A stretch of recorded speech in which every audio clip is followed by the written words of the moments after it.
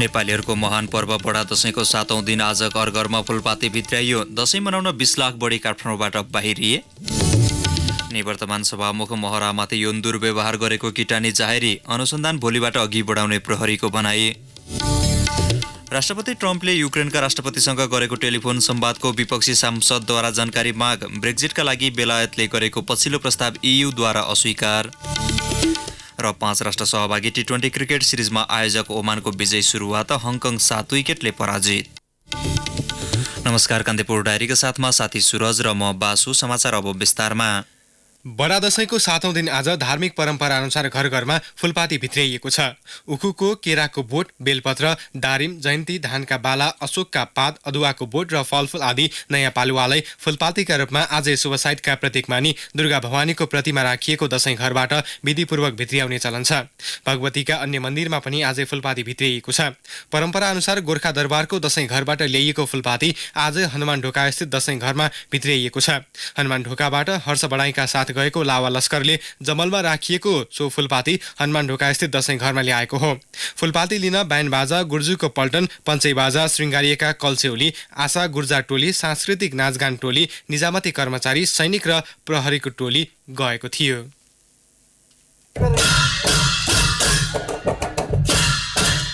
गोरखकाली र गोरखनाथको जय जयकार सहित गोर्खा दरबारबाट फुलपाती सहितको डोली शनिबार काठमाडौँ स्थित हनुमान ढोका पठाइयो। गोर्खा दरबारको सुसारेले 9 प्रकारका प्रजाति शनिबार बिहानै गोर्खा दरबार आसपासका जंगलबाट संकलन गरेका थिए। सडक सञ्जाल नखुल्दासम्म गोर्खा धादिङको केवलपुर जीवनपुरको पैदल मार्ग हुँदै फुलपाती हनुमान ढोका लाने प्रचलन थियो। यसरी धादिङको जीवनपुरसम्म गोर्खा दरबारका दशैं घरका पुजारी सहित मगर जातिका 6 जनाले लगेको फुलपाती जीवनपुरदेखि हनुमान ढोकासम्म काठमाडौँबाट आएका ब्राह्मण जातिका 6 जनाले लाने परम्परा वर्षौं अघि रहेको अग्रजहरू बताउँछन्। गोर्खा दरबारबाट काले पाण्डेहरू गएर पाण्डे पन्थ भट्टराई खनालहरू अर्जेल गएर भनौँ हेराएर सरकार राति फेर गङ्गा निजाउँछन् त्यही बेला तरेर जाने भनेर काठमाडौँ राज्य लिनुभयो पृथ्वीनारायण शाहले र त्यहाँदेखिको फुलपाती काठमाडौँ हनुमान ढोका नलैकन आएको फुलपाती बढिँदैन। तर पृथ्वी राजमार्ग खुलेसँगै सडक मार्गबाटै फुलपाती लाने प्रचलन सुरु भएको हो।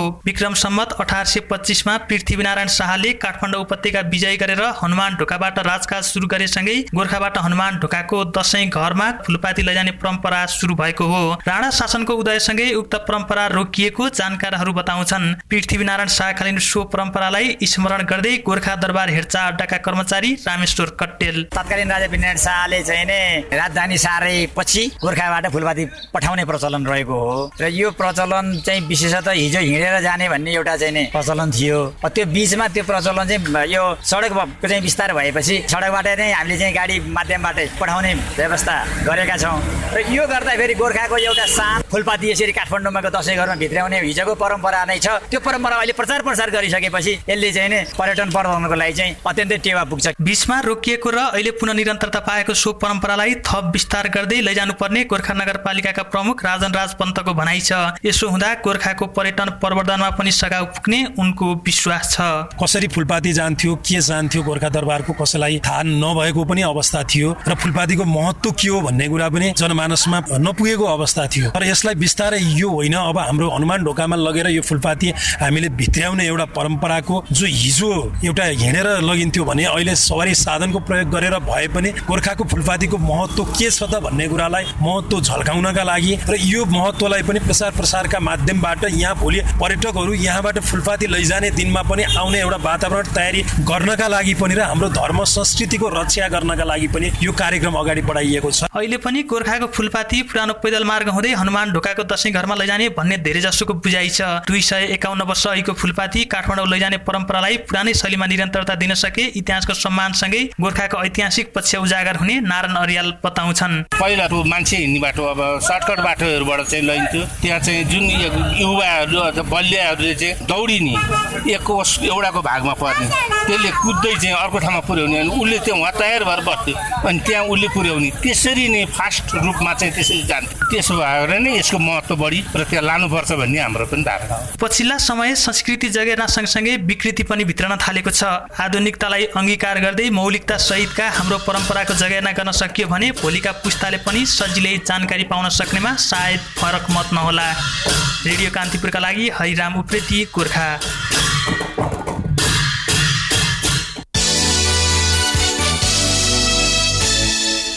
अब हाम्रो नियमित स्तम्भ कान्तिपुर सविस्तार। कान्तिपुर सविस्तार। दशैं मनाउन काठमाडौँ उपत्यकाबाट 20 लाख बढी यात्रु बाहिरिएका छन्। हिजोदेखि आज बिहानसम्म मात्र 2,96,692 जना काठमाडौँबाट बाहिरिएको महानगरीय ट्राफिक प्रहरी महाशाखाले जनाएको छ। आजबाट सरकारी कार्यालय बिदा भएकाले अधिकांश मानिस हिजो र आज पुर्ख्यौली थातलो गएको महाशाखाका प्रमुख एसएसपी भीम ढकालले जानकारी दिनुभयो। सवारी चापलाई व्यवस्थित गर्न र यात्रुको सहजताका लागि 14 स्थानमा नागरिक सहायता कक्ष स्थापना गरिएको थियो। यही असोज 5 गतेदेखि यता मापसे गरी सवारी साधन चलाउने 1,300 जना, बढी भाडा लिने 305 जना र गाडीमा ओभरलोड गरी बोक्ने 45 जनालाई कारबाही गरिएको एसएसपी ढकालले बताउनुभयो।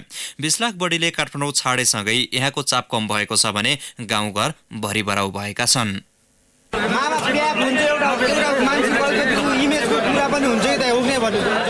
दशैंमा पुर्ख्यौली थाप थलो जानेको लर्को जति बढ्दो छ त्यतिकै चटारो सवारी साधनलाई पनि छ। काठमाडौँको नयाँ बस पार्कमा उपत्यकाबाट बाहिरिने यात्रु ओसार्नका लागि दशैंलाई अरू बेला भन्दा दोब्बर अर्थात् 600 को संख्यामा यातायातका साधन थप गरिए। सवारी साधनका सहचालक भने यात्रुको चापका बीच सहज यातायातका लागि व्यवस्थापनमा तल्लीन देखिन्थे। पूर्व र पश्चिम जाने अधिकांश यात्रुको जमघट हुने केन्द्र नयाँ बस पार्कमा पुग्दा यात्रुहरूमा एक प्रकारको उत्साह देखिन्थ्यो। घर त अन्य बेला पनि जाने गरेकै हो, तर दशैंको बेला घर जाँदा उत्साह र उमङ्गको संचार पैदा भएको उनीहरूमा प्रष्टै देखिन्थ्यो। रोजगार, पढाइ लगायत विविध कामका लागि आफन्तबाट टाढा हुनु परेकाका लागि भेट हुने एक प्रकारको बहाना नै हो दशैं, जसमा परिवारसँगको मिलन त छँदैछ, बाल्यकालदेखिका दौतरी जोसँग घुलमिल हुन कुनै औपचारिक सम्बोधनको आवश्यकता पर्दैन। त्यो पलसँगको तुलना सायदै संसारका अन्य चिजसँग होला। परिवारको महत्व कति छ भने नयाँ बस पार्कबाट आफ्नो थलो दैलेख हिँडेका सानुबाबु कार्की जो दोलखा स्थित एक हाइड्रो पावरको कामबाट केही समय विश्राम लिएर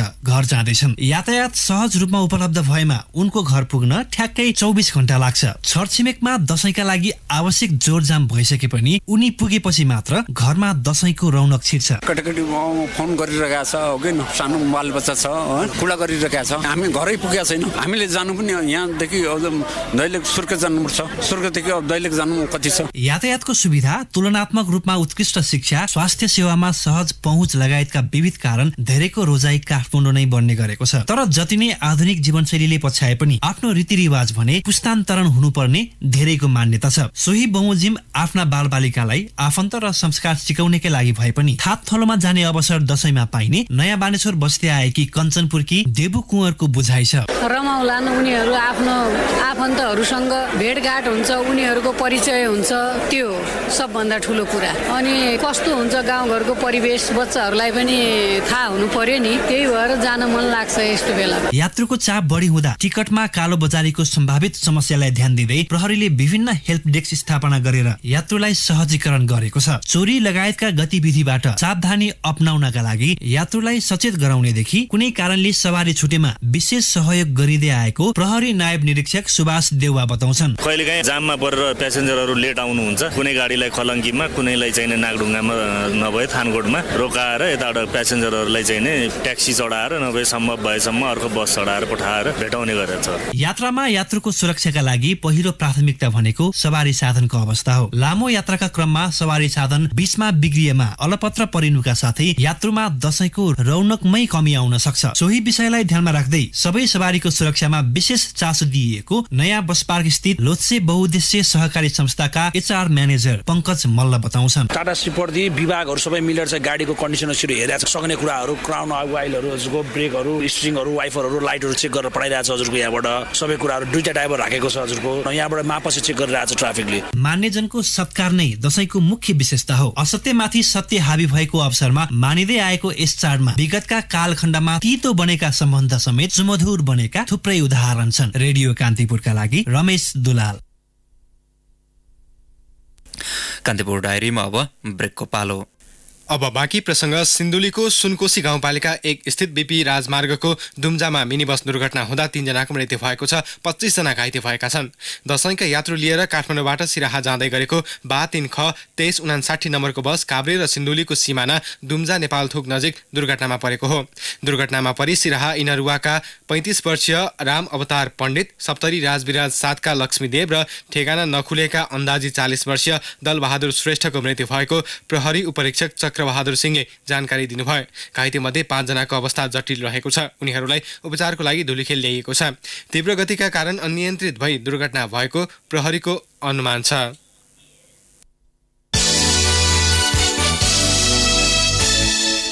निवर्तमान सभामुख कृष्णबहादुर महरामाथि यौन दुर्व्यवहारको आरोप लगाउने रोशनी शाहीले प्रहरीमा किटानी जाहेरी दिएकी छन्। संसद सचिवालयमा कार्यरत स्वास्थ्यकर्मी शाहीले महानगरीय प्रहरी वृत्त नयाँ बानेश्वर पुगेर महरा विरुद्ध बलात्कार प्रयासको कसुरमा किटानी जाहेरी दिएको प्रहरीले जनाएको छ।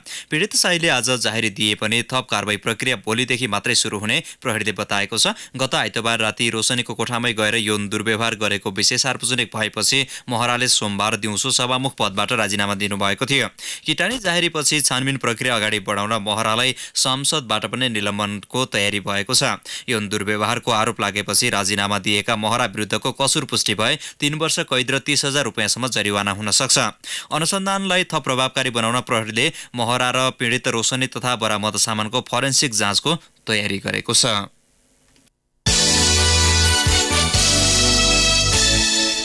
नेपाली कांग्रेसका सभापति शेरबहादुर देउवाले 2/3 सरकारले मुलुकलाई अप्ठ्यारोमा पारेको दावी गर्नुभएको छ। काठमाडौँमा आयोजित एक कार्यक्रममा सभापति देउवाले वर्तमान सरकारले बहुमतको आडमा जे पनि गर्न मिल्छ भन्ने सोचाइ राख्नु गलत भएको बताउनुभयो। उहाँले निवर्तमान सभामुख कृष्णबहादुर महराको चरित्रका कारण मुलुकै बेइज्जत भएको भन्दै बहुमतका आडमा न्याय किनबेच नगरी सत्य तथ्य छानबिन गर्न माग गर्नुभयो। कार्यक्रममा नेता प्रकाशमान सिंहले बहुमतको सरकारले जनअपेक्षा अनुसार काम गर्न नसकेको दावी गर्नुभयो। कांग्रेस नेता भीमसेन दास प्रधान लगायतले सरकारले पर्वका समयमा बढ्दो कालोबजारी, बेथिति र भ्रष्टाचार रोक्न नसकेको उल्लेख गर्नुभयो। सत्तारूढ दल नेपाल कम्युनिस्ट पार्टी नेकपाको जनवर्गीय संगठन राष्ट्रिय युवा संघ नेपालले एकतापछिको केन्द्रीय समितिलाई पूर्णता दिएको छ। साबिकको युवा संघ र वाइसिएल नेपालबाट सहमति र भागभण्डाका आधारमा 335 सदस्यीय केन्द्रीय समिति मध्ये 332 सदस्यलाई पूर्णता दिएको हो। बाँकी 3 जना साबिकको वाइसिएलबाट साबिकको वाइसिएलबाट ल्याउने बताइएको छ। संगठनका संयोजक रामप्रसाद सापकोटा र सहसंयोजक रमेश पौडेलले आज जारी गरेको विज्ञप्तिमा केन्द्रीय समितिको पहिलो बैठक आगामी कार्तिक 18 र 19 गते काठमाडौँमा आयोजना गर्ने उल्लेख छ। यस्तै कार्तिक 20 र 21 गते संघले राष्ट्रिय भेलाको आयोजना गर्ने निर्णय समेत गरेको छ।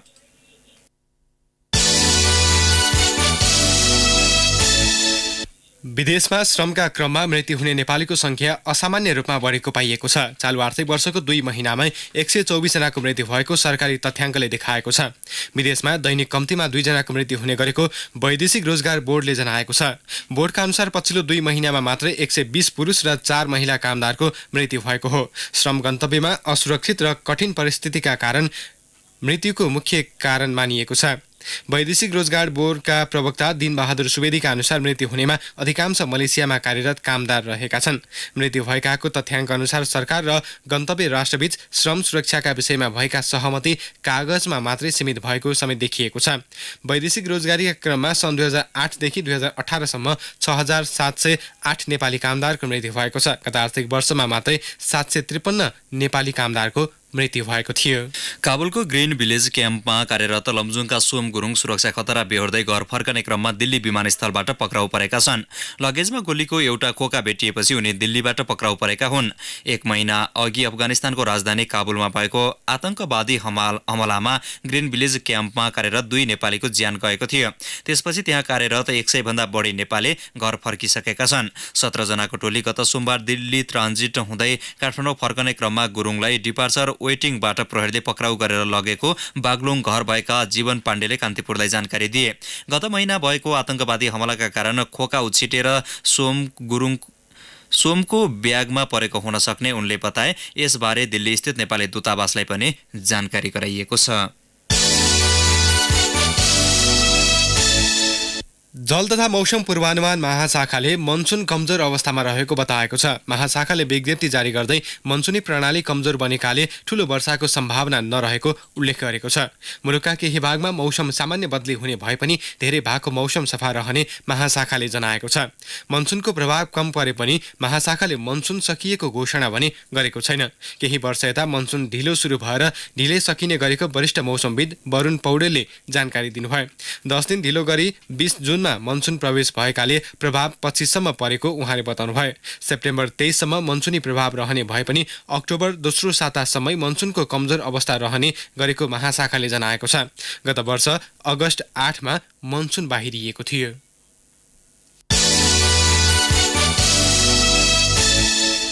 कान्तिपुर डायरीमा अब चितवन डायरीको पालो।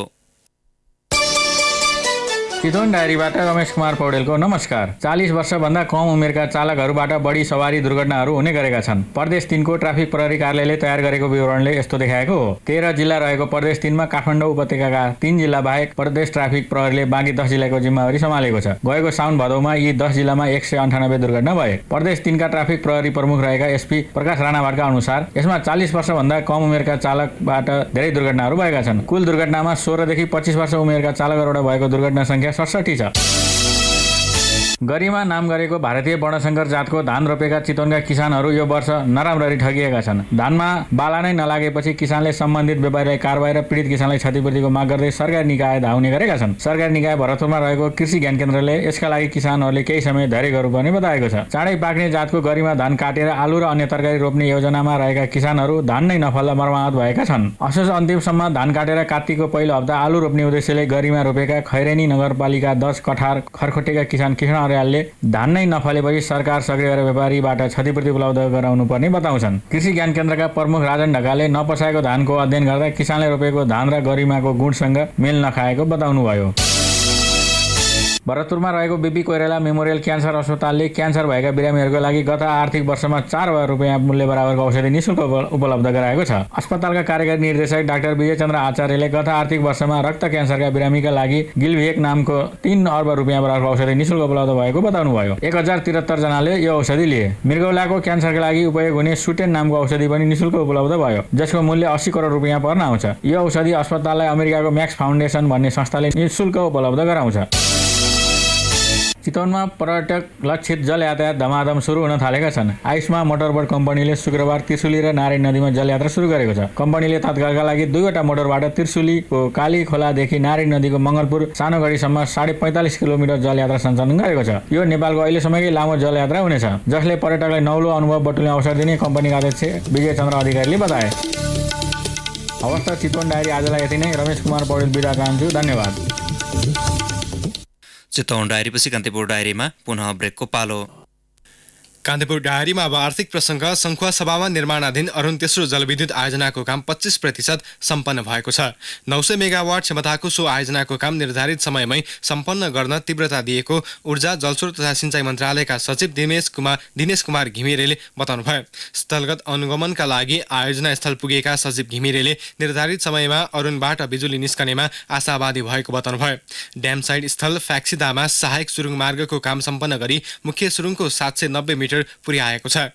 11 किलोमिटर रहेको सुरुङ मार्ग 8 स्थानबाट खन्ने काम धमाधम चलिरहेको छ। मकालु गाउँपालिका 5 मा रहेको ड्याम साइड फ्याक्सिदामा भारतीय निर्माण कम्पनी जयप्रकाश एसोसिएट र पावर हाउस रहेको डिडिङमा पटेल इन्जिनियरिङ कम्पनीले काम गरिरहेको छ।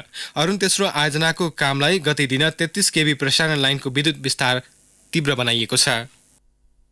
अब अन्तर्राष्ट्रिय प्रसङ्ग। अमेरिकी डेमोक्रेटिक सांसदहरूले राष्ट्रपति डोनाल्ड ट्रम्प र युक्रेनका राष्ट्रपति भोलोडिमिर जेलेन्स्की बीच भएको टेलिफोन संवादको जानकारी माग गरेका छन्।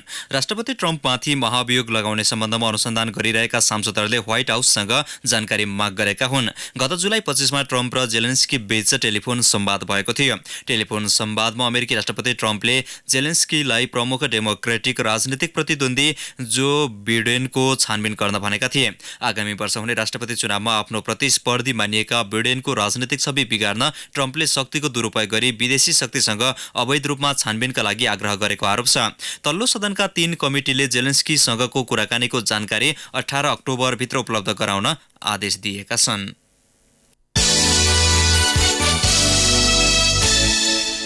ब्रेक्जिटका लागि बेलायतले गरेको पछिल्लो प्रस्ताव युरोपियन युनियनले अस्वीकार गरेको छ। अक्टोबर 31मा कुनै पनि हालतमा युरोपियन युनियनबाट बेलायतको बहिर्गमन हुने बेलायती प्रधानमन्त्री बोरिस जोन्सनको भनाइ विपरीत इयूले प्रस्ताव अस्वीकार गरेको हो। सम्झौता बेगर नै भए पनि बेलायत छुट्टिने प्रधानमन्त्री जोन्सनको अडान छ। युरोपियन कमिसनले पहिले भएका सम्झौतालाई फेरबदल गर्नुपर्ने कुनै औचित्य नरहेको निष्कर्ष निकालेको समाचार संस्था रोयटर्सले उल्लेख गरेको छ। यसै साता बेलायत सरकारले प्रस्तुत गरेको प्रस्तावमाथि हुने भनिएको छलफल समेत रोकिएको छ। आगामी सोमबार पुनः नयाँ प्रस्ताव पेश गर्न युरोपियन कमिसनले आग्रह गरेको छ।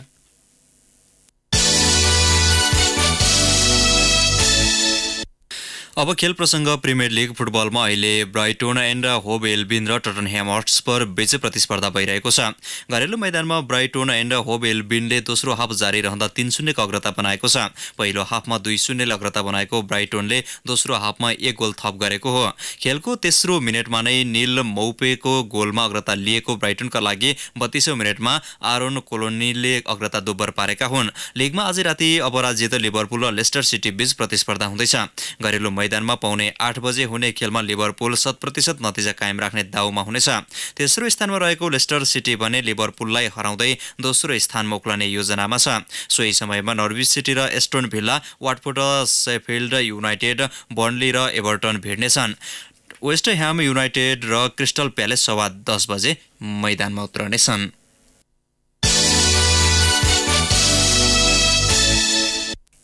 5 राष्ट्र सहभागी टी20 क्रिकेट सिरिजमा आयोजक ओमान र आयरल्यान्डले विजय सुरुवात गरेका छन्। आयरल्यान्डले नेदरल्यान्ड्सलाई 6 तथा ओमानले हङकङलाई 7 विकेटले पराजित गरेको हो। नेदरल्यान्डले दिएको 168 रनको लक्ष्य आयरल्यान्डले 10 बल अगावै भेट्टाएको हो। अल एमिरात क्रिकेट मैदानमा नेदरल्यान्डले निर्धारित ओभरमा 7 विकेट गुमाउँदै 167 रनको योगफल तयार पारेको थियो। सोही मैदानमा भएको खेलमा ओमानले हङकङलाई 7 विकेटले पराजित गर्यो। 97 रनको झिनो लक्ष्य ओमानले 37 बल अगावै 3 विकेट गुमाएर भेट्टायो। ओमानका जिसन मक्सुद 39 र सूरज कुमार 2 रनमा नट आउट रहे। यसअघि टस जितेर ब्याटिङ गरेको हङकङले निर्धारित ओभरमा 9 विकेट गुमाएर 96 रनको सामान्य योगफल तयार पारेको थियो। हङकङका हारोन आर्चर 19 रनमा अविजित रहे।